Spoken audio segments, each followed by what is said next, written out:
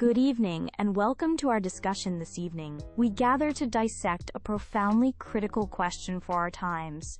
Is social media misinformation a greater threat to democracy than foreign interference? It's a complex issue, with significant implications for the stability and integrity of democratic societies globally. To help us navigate this intricate debate, we have two distinguished guests. Professor Alistair Finch, a renowned professor of media studies, who will argue that social media misinformation, particularly its domestic proliferation, poses the more substantial danger.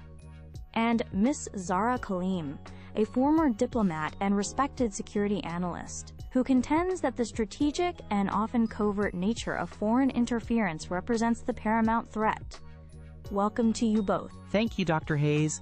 It's a privilege to be here to discuss such a pressing matter. When we speak of social media misinformation, we're referring to false or inaccurate information that is spread, intentionally or unintentionally, through digital platforms. Its defining characteristics in the modern era are its pervasiveness, the unprecedented speed at which it propagates, and the sheer volume we encounter daily, a digital deluge that few are equipped to navigate effectively. What makes this phenomenon particularly insidious is the democratization of its creation and dissemination. Anyone with an internet connection can become a broadcaster, leading to a relentless barrage of content, much of it unverified, misleading, or deliberately false, often tailored to provoke emotional responses over rational thought. This constant stream insidiously erodes the foundations of public discourse.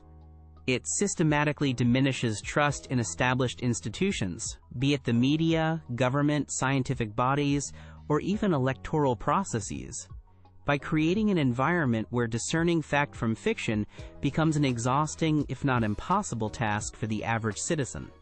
More critically, this erosion directly impacts electoral integrity from within.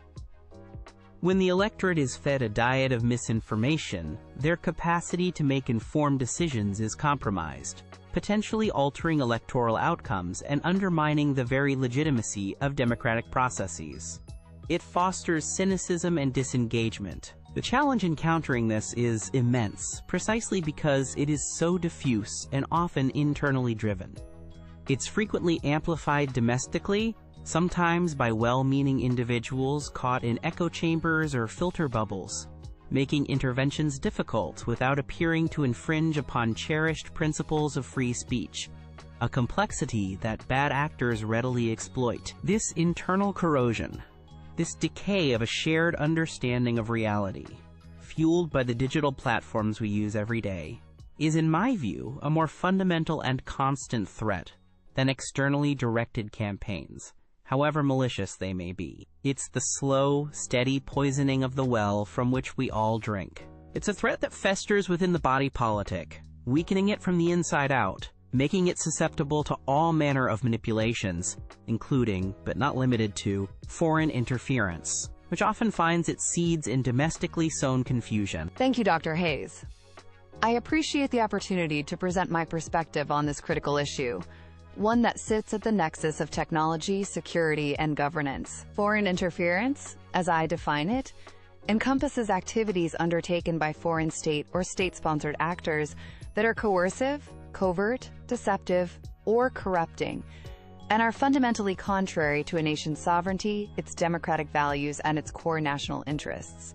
While it is undeniable, as Professor Finch has noted, that social media often serves as a potent vector for such interference, a tool in their arsenal, the core threat of foreign interference lies in its strategic, well-resourced, and deliberate nature, orchestrated by entities with clear geopolitical ambitions.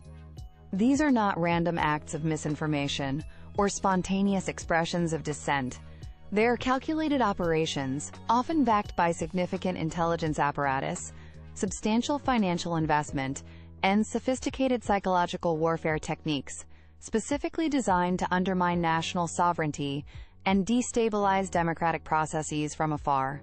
The objectives are manifold and pernicious: to influence the outcome of elections, to sow deep societal discord and amplify existing divisions, to erode public trust in democratic institutions and leaders, to promote a specific geopolitical agenda favorable to the interfering state, or even to directly compromise critical national infrastructure through integrated cyber operations. What distinguishes this from the broader, more chaotic landscape of general misinformation is the malicious, calculated intent and the targeted precision. Foreign actors meticulously study societal vulnerabilities, identify exploitable fault lines, and craft bespoke narratives designed to exploit these weaknesses with maximum, often asymmetric, impact. This isn't merely about the volume of false content. It's about the strategic deployment of that content, often integrated with other covert activities like cyber attacks, espionage, illicit financing of political entities, or the co-opting of influential individuals. It's a multifaceted assault. The threat is to the fundamental integrity of the state and its ability to conduct its affairs free from external coercion and manipulation. It's an assault on the very notion of self-determination and popular sovereignty. And that, I believe, constitutes a more direct and potentially devastating threat to the survival of democracy itself. Thank you both for those compelling opening statements. Professor Finch, if I may begin with you. While the scale of social media misinformation is undeniable, Ms. Kaleem highlights the strategic intent and resources of foreign actors. How do you weigh the often chaotic, voluminous nature of domestic misinformation against the targeted, resource-backed campaigns of foreign states, which might be fewer in number but perhaps more potent in their specific aims? That's a crucial distinction, Dr. Hayes, and I don't discount the danger posed by sophisticated state actors. Their capacity for focused disruption is significant, and their objectives are often deeply malevolent. However, my contention is that the pervasive nature of domestically generated or amplified misinformation creates a far more challenging and ultimately corrosive environment on a daily basis. This type of misinformation often carries an insidious veneer of authenticity. It might come from friends, family, local community groups, or figures perceived as, quote, one of us. Sources people are psychologically predisposed to trust, however misguided those sources may be.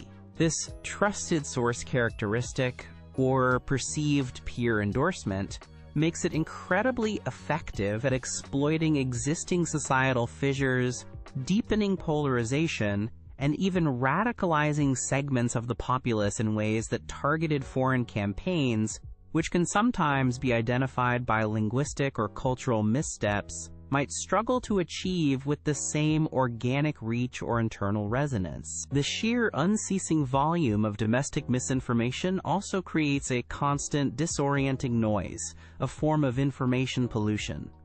It normalizes the absurd, trivializes expertise, and makes it profoundly difficult for citizens to maintain a grip on a shared reality, or to even agree on basic facts.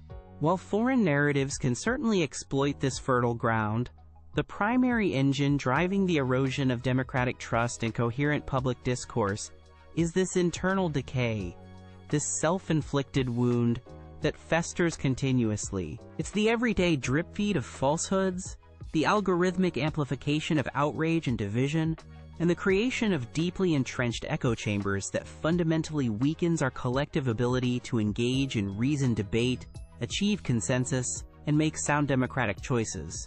This creates a chronically weakened immune system for the body politic. Thank you, Professor. Ms. Kaleem, Professor Finch points to the pervasive and internally amplified nature of social media misinformation, suggesting it creates the very conditions for democratic erosion, making society more vulnerable overall.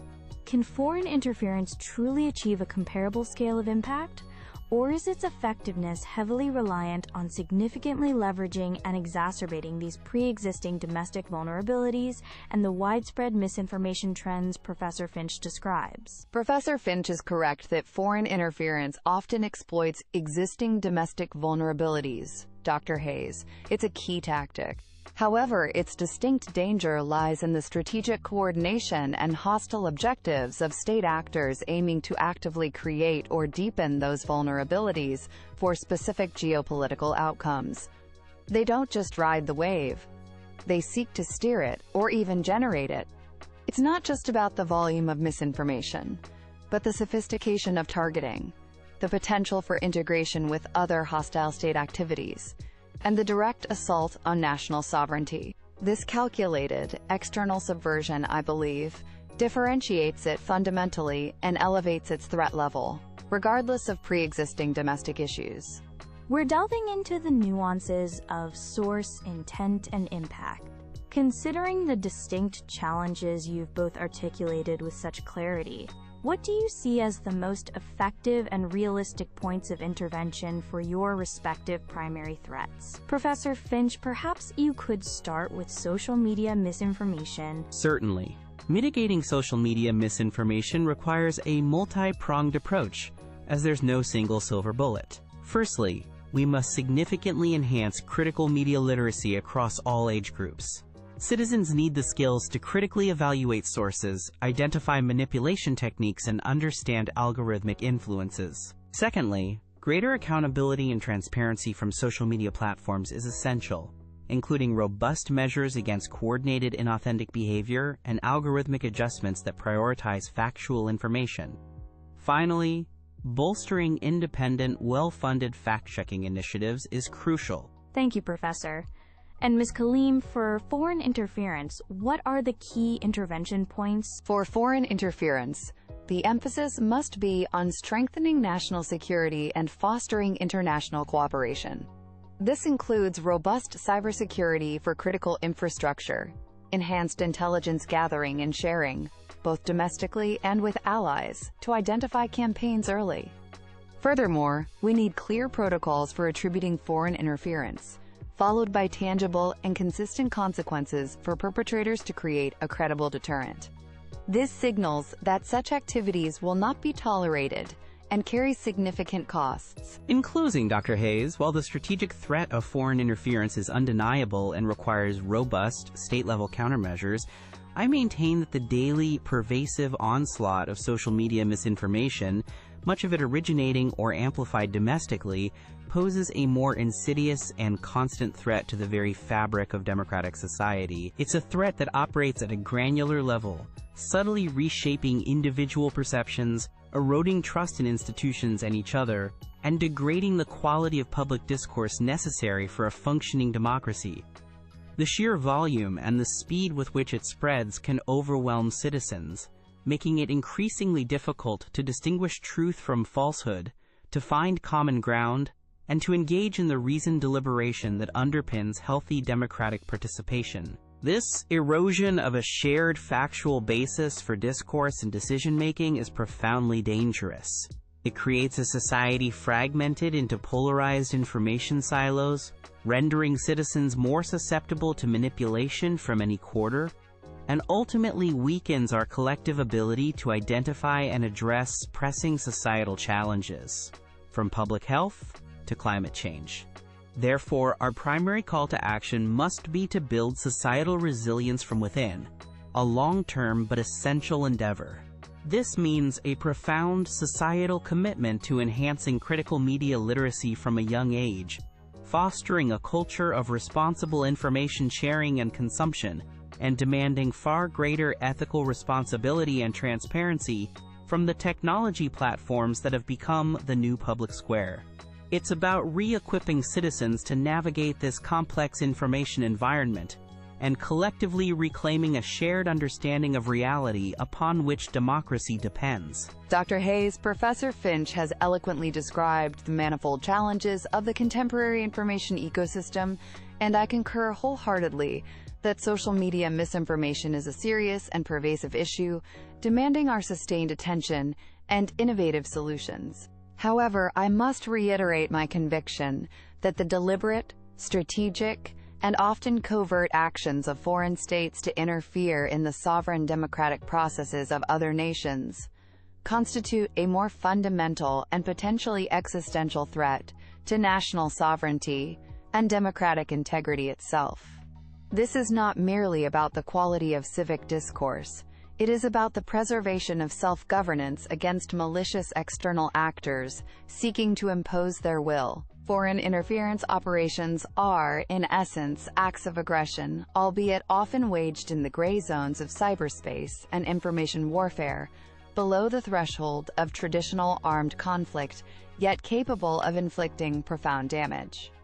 They are designed with specific, hostile intent to undermine our core institutions, to manipulate our electoral choices, to fracture our alliances, and to advance the geopolitical interests of foreign powers at our direct expense.